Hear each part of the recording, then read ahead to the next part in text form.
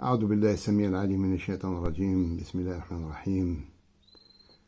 Ceci est une ruqya qui a été faite sur une famille composée de 7 membres, dont les initiales sont K, A, S, L, ainsi que leur mère M et leur tante T, tous atteints d'agressions maléfiques auxquelles nous avons fait la ruqya, qui est de l'exorcisme, à l'exception de leurs autres frères, H, M et O.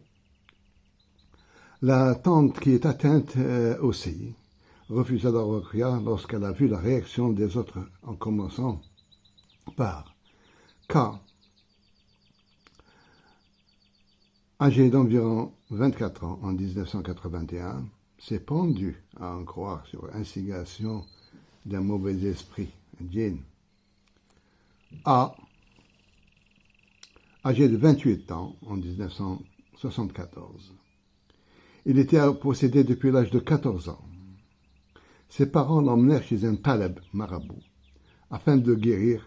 Il m'a raconté cela. On l'a attaché avec des chaînes, ainsi que d'autres personnes, bien qu'aucun d'eux n'était violent ou agressif. Tard dans la nuit, il sentait qu'on le déshabillait et l'on abusait de lui sexuellement. Il ne voyait que le torse de cette personne qui le menaça de mort s'il parlait de ce fait. Il perdit connaissance et se retrouva dehors, délié de ses chaînes. Il me raconta que dès qu'il se met au lit, une belle femme l'observe à partir d'une fenêtre et l'invite à venir avec elle. Une fois, il obtempéra et sortit de sa chambre pour se diriger au jardin. Elle le poussa à allumer un feu dans un foyer, kaloun en arabe, et d'y poser 2 barres de métal qu'il doit les retirer avec ses mains et les apposer sur sa poitrine lorsqu'elles deviennent rouges. Il reprit ses esprits et voulait plutôt les plaquer sur la poitrine de cette femme, qui disparut aussitôt. Ses parents l'observaient faire des gestes, mais ils ne voyaient pas la femme. Un soir, cette même femme se présenta, l'insulta et le menaça. Puis elle se transforma en une vieille femme hideuse, et depuis ne s'est plus manifestée. Malheureusement, il ne se lave pas, ne parle à personne, sauf à des gens imaginaires, qui sont les djinns, bien sûr. N, âgé de 24 ans en 1986, il revint précipitamment à la maison et demanda que l'on m'appelle, afin de l'aider de ce qui lui arriva comme suit. Sa tête tournait comme un vis, et voulait s'élever. Son corps, bien sûr, suivait le mouvement, sinon sa nuque se serait brisée. Désemparé et pleuré. J'ai pris de l'huile d'olive que je coranisais, ça me dirait lire le Coran sur l'huile et en soufflant dessus, et avec laquelle je lui faisais un massage. Après une demi-heure de travail, tout redevint normal. Et je lui dis de faire exactement la même chose par lui-même. Si cela revenait, tu n'auras qu'à m'appeler, car je réside non loin de chez lui. Par la grâce d'Allah, tout s'est arrêté. Alhamdulillah, alladhi bi ni'matihi tatimmu salihat. S, âgé de 30 ans, se plaint de panic attack, dépression, détérioration de son commerce, allant jusqu'à la faillite.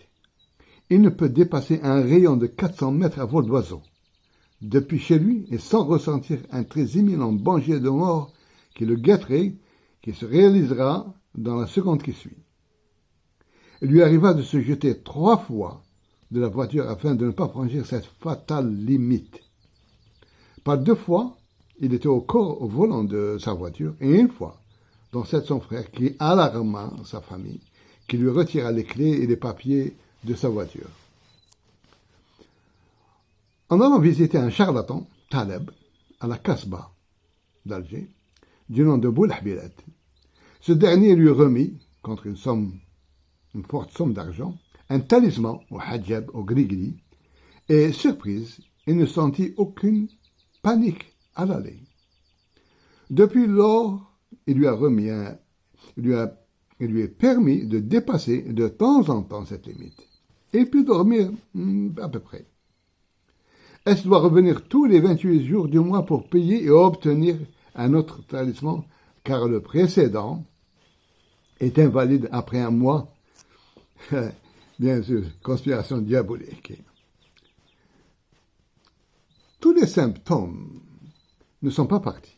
Et là, on peut dire que les problèmes de S ont diminué d'environ 20% après plusieurs mois de boulahbilat.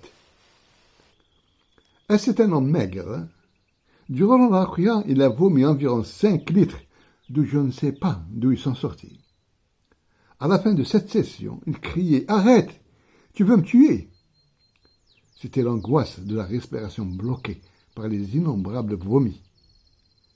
Je lui ai refait une autre ruqya le jour d'après, qui lui provoqua peu de vomissements. Après cette finale ruqya, M vécut normalement. M me fit part du problème de son fils E, âgé de 5 ans, qui est somnambule. Il dort avec ses parents qui le surveillent et surtout qui lui cachent la clé de la chambre à coucher où ils dorment ensemble. Il dort avec eux. En présence de l'enfant, et le faisant exprès, remarquez bien, en le faisant exprès, je dis au père de faire le adhan, appel à la prière islamique, tout près de l'oreille de l'enfant lorsqu'il se lève, et dites-moi ce qui lui arrive, et ce, afin de lui faire une ruqya. Pour moi, c'est une expérience et un stratagème pour découvrir si c'est un djinn qui serait responsable de ce somnambulisme. Depuis ce jour, l'enfant fut guéri de son somnambulisme. L'épilogue nous montre la présence du djinn qui avait entendu mon conseil et aurait eu peur d'être découvert, ce qui les mettrait en danger de la ruqya. Le somnambulisme est-il l'œuvre de djinn? Allahu alim. Elle, âgée de 22 ans en 1986, 1,85 m, champion dans un sport. Ses symptômes sont peur, diverses étranges sensations, hallucinations de temps en temps, de temps à autre, son d'un parler inconnu, cauchemar à répétition. Avec un autre raki qui se trouve en meilleur ami, nous avons lu toutes les sourates Al-Baqarah et Ali Imran sans qu'il y eût de réaction notable.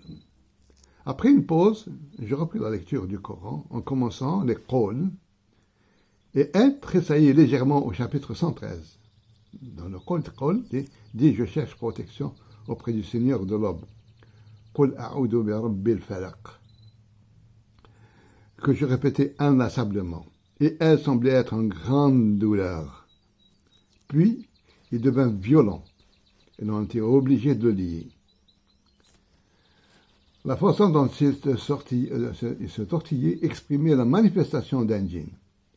À un moment donné, le forcené se vit dans un grand miroir et cria soudain « Qui est celui-là » À la fin de la ruqya, il dit avoir vu quelqu'un de même âge que lui, avec son propre corps, mais avec un visage autre. En intimant le djinn de sortir, ou bien nous le tuerons, et s'étonne, il nous répond « Je ne peux pas sortir de mon propre corps ». On lui dit que ce corps n'est pas le sien, mais il insiste qu'il l'a depuis son enfance, autant qu'il s'en souvienne. D'après le recoupement et l'histoire de cette famille, il nous a apparu que le djinn aurait été placé à l'intérieur de elle lorsqu'il avait 3 ans, d'après les symptômes bien sûr. Après discussion et lecture du Coran, sur quelques gentillesses avec quelques coups, il sortit illico presto et n'est plus revenu. J'ai rencontré elle en 2009 et il mène la vie normale d'un père de 2 enfants. R, environ 30 ans, affairiste, de faible constitution. Ses problèmes sont pas de sommeil, dépressif, nervosité excessive, étranges sensations. Mon ami et moi lui fîmes la ruqya qu'elle envoya technique KO. Il serait venu d'une montagne proche et serait entré accidentellement dans R. Il reconnut sa faute et demanda de le laisser partir. Je précise que beaucoup de djinns ne parlent que si on leur donne l'ordre de partir. Par routine, on le questionne s'il est seul et il répond être le seul. Après une pause café, on refit un autre test, un djinn test, lecture du Coran. Et un djinn se dévoila et nous engageâmes une discussion, bien que arrêté et évanoui. Même dialogue que le précédent, même regret, même sortie, mais l'accent de ce djinn qui parle avec la bouche de R est comme si ses lèvres sont tirées de côté. Il dit être le seul après le départ du premier. Pourquoi alors le premier nous a menti? Parce qu'il ne me voyait pas, répondit-il. Après lui avoir donné quelques coups pour le dissuader de revenir, il partit sans demander ses comptes. Reprise la Rokia, et, après une demi-heure, une djinnia, une femelle, supplia de la laisser partir, en racontant quelques histoires pour se disculper. Comment se fait-il que les deux précédents djinns ne t'ont pas vu? J'étais caché, répondit-elle. Sur des instructions et menaces, elle partit. Reprise de la Rokia, et aussi après 30 minutes, un autre djinn se dévoila, par des mimiques, et aussitôt, il demanda que l'on laisse partir. Il parlait en arabe, avec un très fort accent kabyle. Ayant été pris d'un doute, je lui ai posé quelques questions en kabyle, auxquelles il n'a pu me répondre. Je l'ai lié et commencé à le tabasser durement. Il a reçu une tannée qu'il n'est pas prêt de recevoir. Et ce parce que c'était le même djinn qui se faisait passer pour le premier, la femme et celui au défaut de parler. Les détails seraient très longs à dire, bien qu'ils ont un certain intérêt à connaître. Pour la mère, assaillie par des peurs et des cauchemars répétés, bleu sur tout le corps, sensation étrange. Comme toutes les vieilles femmes ignorantes, elle consultait les voyantes, choix fait, au sujet de ses proches et surtout son grand-fils O. Comme on dit chez nous, mélange-toi avec les graines, les poules te piqueront.